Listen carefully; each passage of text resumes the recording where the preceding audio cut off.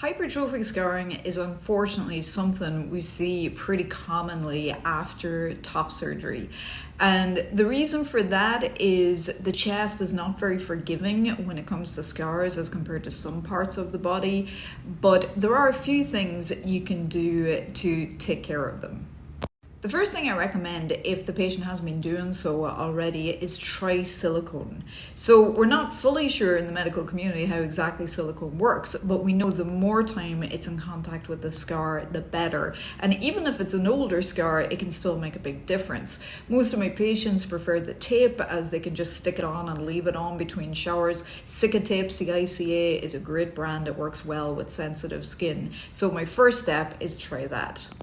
The next step, if you've already tried silicone, it's not making any difference, would be to check in with a local dermatologist. The dermatologists have a few things up their sleeves that can help with this. One would be steroid shots. Your surgeon may be able to do that also. And certain types of laser are good at taking the pigment out also.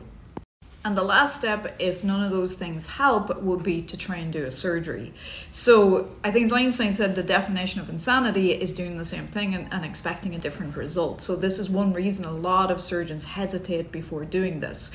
Patients in my hands that usually do well with revising the scar are, first of all, ones that have given it a long time to do its best. So usually we don't want to try and revise it for at least a year because your body will improve upon it, number one. And number two, if you have sections of the scar that are good and then sections that aren't so good, we're obviously going to go after the sections that aren't so good. If a patient had, for example, an infection, it may have a worse scar there and we'll target that.